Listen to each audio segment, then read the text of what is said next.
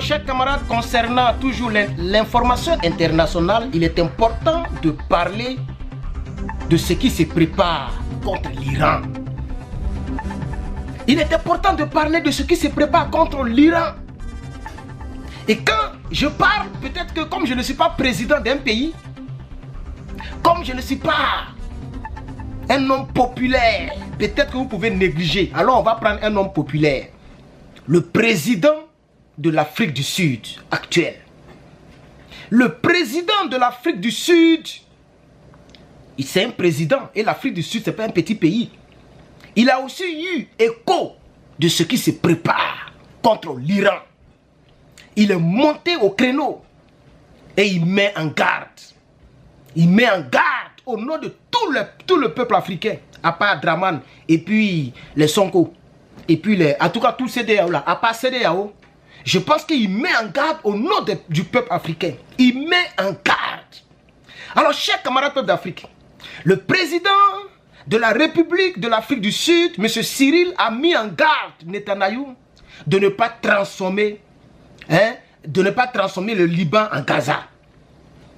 Là, il est important de le souligner. Il a commencé par ça. On va aller en profondeur tout à l'heure en lisant le truc. Et après cela, il a parlé encore de Gaza en disant que c'est un échec parce que M. Benjamin n'a pas eu gain de cause. Il y a eu beaucoup de décès. Hamas dit que c'est 42 000. Je ne sais pas ce que les autres disent, mais moi j'ai entendu 42 000 personnes décédées. Oh Seigneur, plus de 12 000 enfants.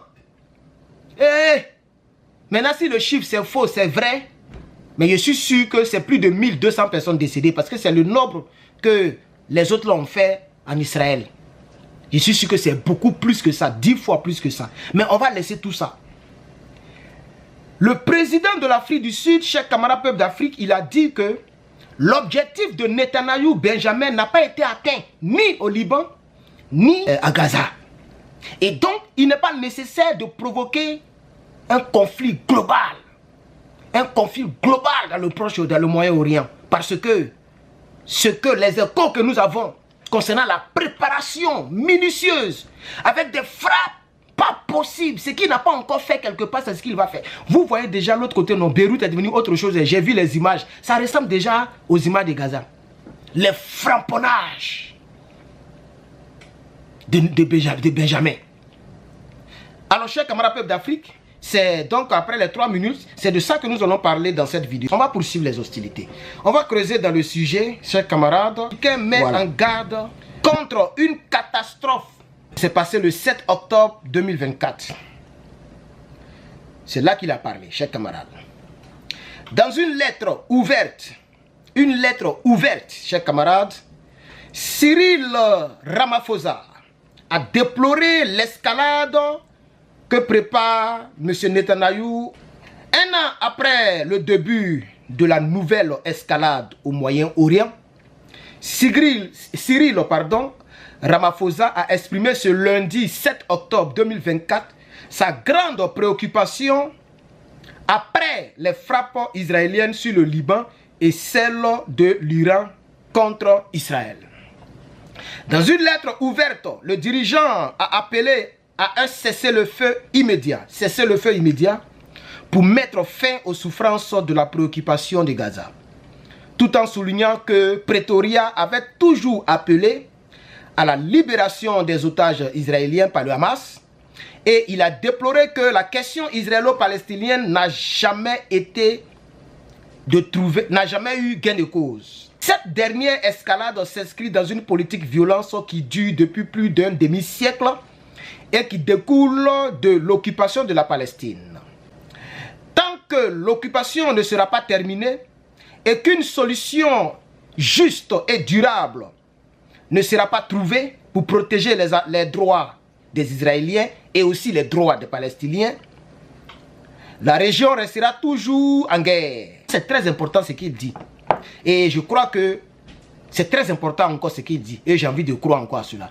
Tant qu'une solution n'a pas été trouvée et que l'occupation de la Palestine est toujours telle que nous la voyons, même si ça va prendre 10 ans, 20 ans, 30 ans, le même groupe là, ils vont ressortir encore. La preuve, regardez aujourd'hui, ça fait plus d'1 an. Ils n'ont toujours pas encore libéré plus de 101 otages. Ça veut dire qu'il y a des coins où ils n'ont pas encore réussi à frapper. Il y a des coins où le Hamas est encore terré. Beaucoup de leurs gars sont décédés, c'est vrai. Beaucoup de leurs tunnels ont été découverts, mais pas tous. Parce que même l'armée israélienne qui est là-bas pendant longtemps n'a pas encore trouvé où sont les otages. C'est pourquoi je crois que M. Cyril Ramaphosa n'a pas tort. Il faut chercher une solution juste et équitable. Il faut faire asseoir les dirigeants. Il faut faire écouter les dirigeants d'Israël, Palestine, parler de ce territoire, trouver une attente, signer des papiers et puis la vie des gens sera sauvée. La vie des gens sera sauvée. Moi, je ne suis pas ici pour dire que je soutiens tel ou tel. Je vous ai toujours dit dans toutes mes vidéos que moi, ça n'engage que moi. Moi, Herman le patriote, je ne soutiens pas la guerre. Quelle que soit l'issue de cette guerre, quel que soit qui a raison, qui n'a pas raison. Je n'aime pas les guerres. Les guerres ne résolvent jamais rien. Vous voyez, Emmanuel Macron a reconnu cela.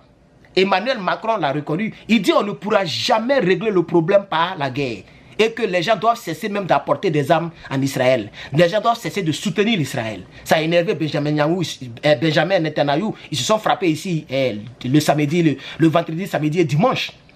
Donc, le président sud-africain, il a dit pareil. Il dit qu'il faut trouver une solution juste et équitable. Donc, je voudrais dire ici, chers camarades peuples d'Afrique, que le président sud-africain a mis en garde Israël et a exhorté donc les deux pays, Israël et puis toutes ces trois guerres, parce qu'il est partout, ils sont partout à la fois. Envoyez-moi votre email, votre numéro, et puis je vais vous enregistrer. Et à chaque fois que vous allez voir une information, chers camarades, faites-moi part l'information, on va vérifier ensemble l'information, et puis on va s'informer sur nos plateformes. Ceci dit, je voudrais remercier toutes les personnes qui ont passé leurs commandes. Chers camarades, merci beaucoup. Que Dieu vous bénisse et la paix dans le monde. Pardon, si tu peux écrire ça, il faut écrire. Que la sagesse nous habite et nous prenons la paix dans le monde. S'il vous plaît, que les autres cyberactivistes, même s'il faut faire des vidéos pour dire Poutine est fort, tant est fort, ils ont Poséidon, etc. C'est vrai, chacun a son lit. Moi, je soutiens personne. Mais il y a d'autres qui font des vidéos et qui, quand tu les écoutes, les gens soutiennent les Poutine et autres. Non, prenons la paix. La paix dans le monde. Parce que le jour ça va faire beau là. Personne n'est à l'abri. Hein. Les personnes qui seront à l'abri, c'est Netanyahu, Benjamin. C'est Donald Trump. C'est Kamala Harris. C'est président Biden. Et toute la Maison Blanche si vous voulez. C'est toute l'Élysée avec les ministres. Eux, ils vont aller dans les bunkers. C'est ça qui est la triste réalité. Même Zelensky, il va aller dans le bunker avec ses gars. Poutine va rentrer avec ses gars. Et nous, on va où? Donc même si on fait des vidéos, c'est vrai que d'autres font des vidéos, eux ils pensent seulement aux vues. Ils ne pensent pas aux conséquences. Ça soutient, non, prenons la paix. Prenons la paix. Moi je soutiens la paix. Je ne soutiens même pas l'aide que l'Amérique apporte à Israël. C'est risqué de le dire parce que je suis dans leur pays, je suis aux États-Unis. C'est risqué de le dire. Mais je ne soutiens pas la guerre. La guerre, là, moi je ne soutiens pas. Je ne sais pas qui provoque, qui ne... Quelle que soit l'issue d'une guerre, il peut toujours avoir une négociation. Sinon, la première guerre n'allait jamais se terminer. La deuxième guerre mondiale n'allait jamais se terminer. La première guerre mondiale n'allait jamais se terminer. Si c'est terminé, il y a eu des traités, il y a eu des discussions. Et puis, ils ont mis fin à la guerre. On connaît aussi l'histoire, chers camarades. Merci d'avoir suivi cette vidéo. C'était mon cri de cœur. Parce que le Proche-Orient risque de s'enflammer. Et ça peut toucher d'autres pays partout dans le monde. Et ça n'arrange pas. Parce que les gens n'ont plus besoin d'être dans ton pays pour frapper ton pays. C'est dans ce monde-là que nous vivons actuellement. Que nos dirigeants, que la sagesse habite nos dirigeants. Chers camarades, que la sagesse nous habite. Vous avez regardé Herman le Patriote depuis Californie, États-Unis. Je vous remercie.